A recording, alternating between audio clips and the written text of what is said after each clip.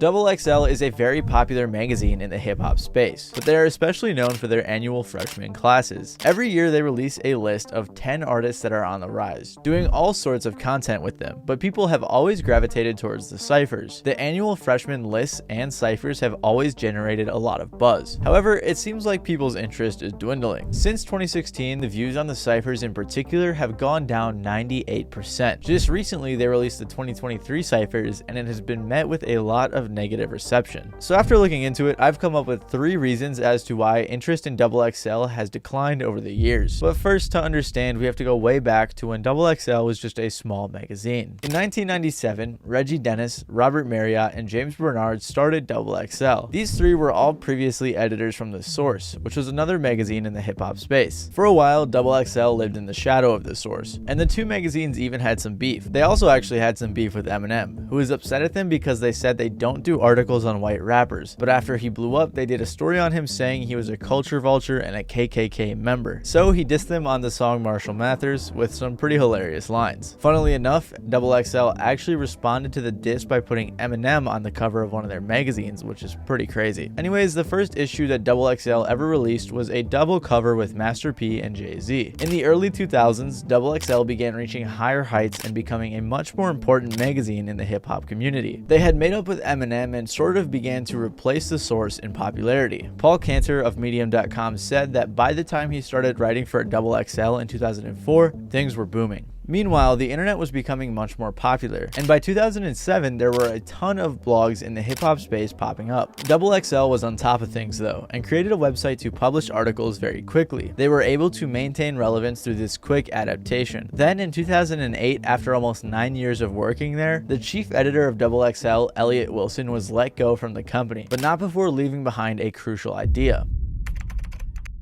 Elliot, along with his staff, came up with the iconic annual freshman class list, which would be what XXL is best known for today. Elliot Wilson and the rest of the staff at XXL released the first issue of the freshman class in 2007. Vanessa Satin, the current chief editor of XXL, said that they were tired of putting the same faces and big artists on their covers, so they wanted to showcase newer artists on the scene. The 2007 class featured artists like Lupe Fiasco, Lil Boosie, Plies, and more. The first freshman class was simply a magazine with no extra online content, as they were just kind of getting into the digital world. In 2008, they didn't release a freshman class issue, likely because Elliot Wilson left that year. Then in 2009, Vanessa Satin became the chief editor of XXL, and she was clearly invested in all of the different mediums of content that XXL was putting out. And you've got to double up on content. You've got to be able to do content for a daily basis and then for a monthly basis. What you do for a website is a whole different thing than what you do for a magazine. You treat the content differently. So you just have to be familiar with what you're creating and for what audience your audiences are, based on whether it's the magazine or the website, because they can be the same audience or they can be different. So likely under her direction in the 2009 freshman class issue, they put out much more content with the artists. They put out 3 covers with different artists like Wale, B.O.B., Kid Cudi, and more. However, it was also the first year where they released a cappella freestyles with each artist. They also released a freestyle with Asher Roth, Charles Hamilton, and Mickey Fax, who were actually freestyling, going back and forth, having fun, with a beat playing in the background. Like I told him, so go ahead and handle it. Yo, hats off to Ash Roth. Now it's time for me to blast off astronaut. Kid Cudi even popped in for a quick bar. And while it wasn't technically the first cypher, it essentially set the foundation for what would happen in the coming years. Following that, in 2010, they had one of their best freshman classes ever that would really set a precedent going forward. Vanessa had stated in interviews that they wanted to get artists that were set to blow and show a lot of longevity, without them having a debut studio album out with a record label. She had also mentioned that the freshman class is the XXL staff's opinions about which artists are up next, and that it wasn't entirely objective or voted in by fans. So with that in mind, I think XXL was right on the money when they chose artists like J. Cole, Nipsey Hussle, Wiz Khalifa, Freddie Gibbs, J-Rock, and many more for the 2010 freshman class. As far as content goes, they released the magazine along with the acapella freestyles with each artist. The next year, XXL would make another significant change that would become quite iconic in years to come, and that was the release of the freshman ciphers. The 2011 class featured plenty plenty of great picks like Mac Miller, Lil B, Kendrick Lamar, YG, and Meek Mill. They released a ton of extra content like the roundtable interviews. The XXL freshman cover is that one thing that you always strive for when you start really getting serious, when you like always would get the cover and you'd be like, one day maybe I'm gonna be on there.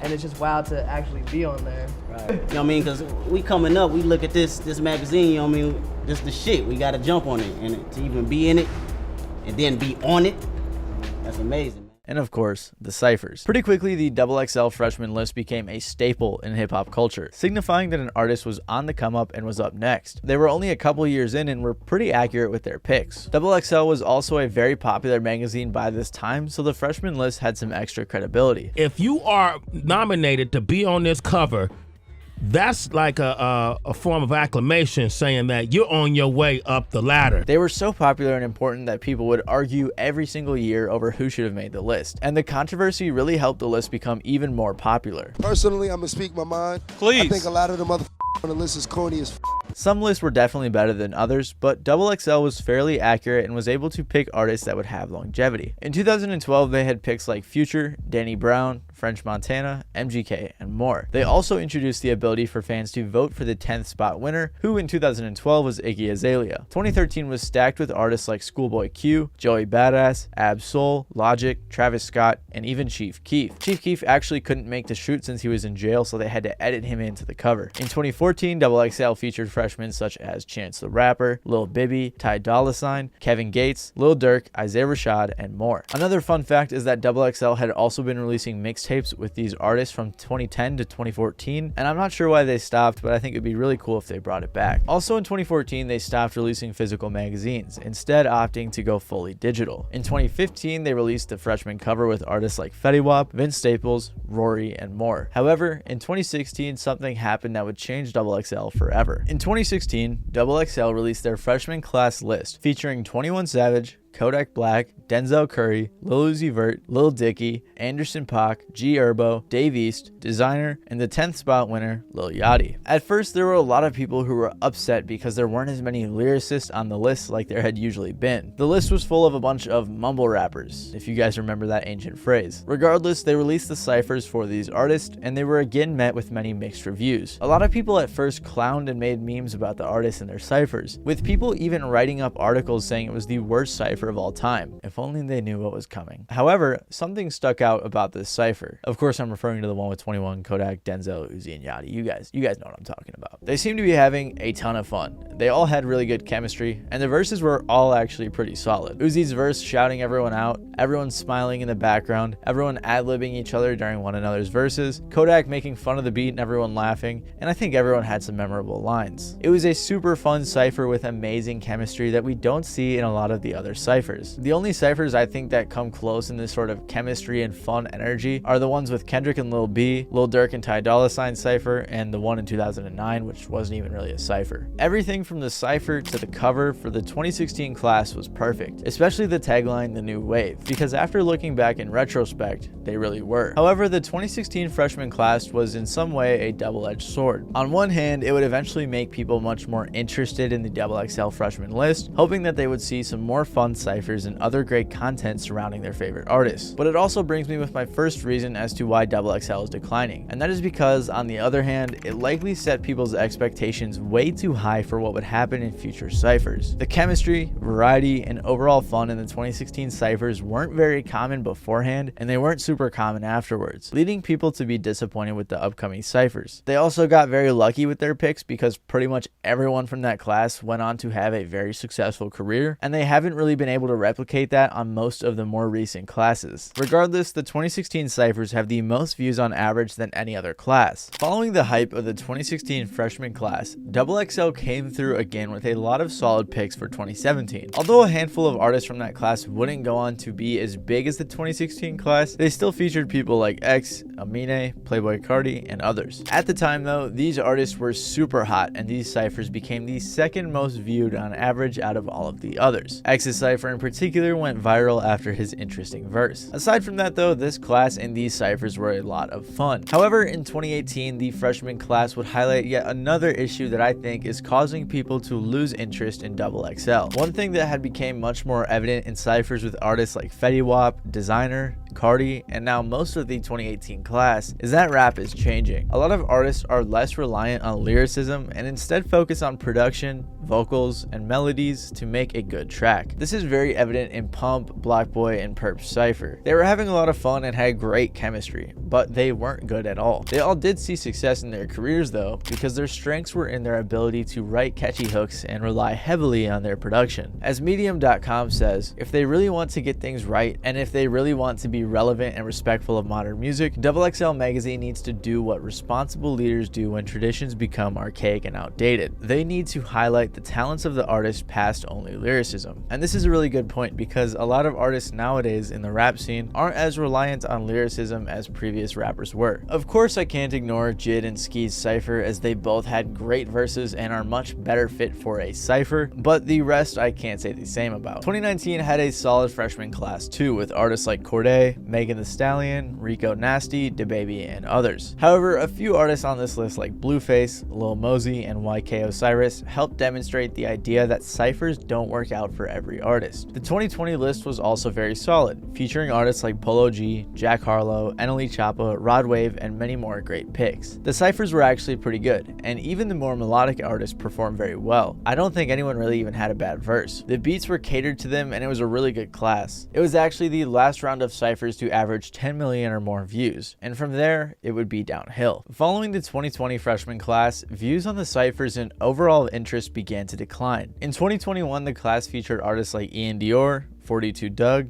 Pooh Shiesty, and others. These cyphers averaged 75% less views than the previous four. In 2022, the freshman class featured Babytron, Saucy Santana, Sofego, Nardo Wick, and more. This class again wasn't terrible, but it wasn't as good compared to the previous classes and had even less views on average than the previous year. And now we get to this year's freshman class, which has been facing a ton of criticism. The class had artists like Glorilla, Central C, La Tyler, and more. The announcement video had less views than any other announcement video before. All you gotta do is look at the like ratios and the comments to get an idea of how fans are feeling. And I think I've come up with a reason for this lack of interest. So my third and final reason for the decline of XXL is because rap in general is kind of getting stale. Now before you get mad at me, hear me out real quick. At first I was gonna say that picks recently have been weak, but then I thought, who else could they really pick? A lot of big artists to come out recently like Yeet or Ice Spice have declined XXL, so there really weren't too many other options. No matter who XXL picked, there aren't a lot of artists right now that are going to blow up to a big mainstream level, and that's not even the artist's fault. Recently, rap has been declining statistically. An article from Billboard states that rap has slightly dipped in its musical market share as other genres like rock and country have been growing quite a bit. And of course, I'm not trying to make this stupid argument that rap is dead like I've seen a lot of other outlets do. I just think there aren't many new artists blowing up to a mainstream level right now. The first rap album to go #1 this year was 6 months in from Lil Uzi Vert, which kind of demonstrates the fact that artists who were previously successful will still pull numbers, but there aren't just as many new guys doing that. In the early 2010s, you had scenes with artists like Mac Miller, Kendrick, Drake, J. Cole, and others blowing up. In the mid 2010s, you had the SoundCloud era with Uzi, Cardi, X, Juice WRLD, and people like that blowing up. And in the late 2010s,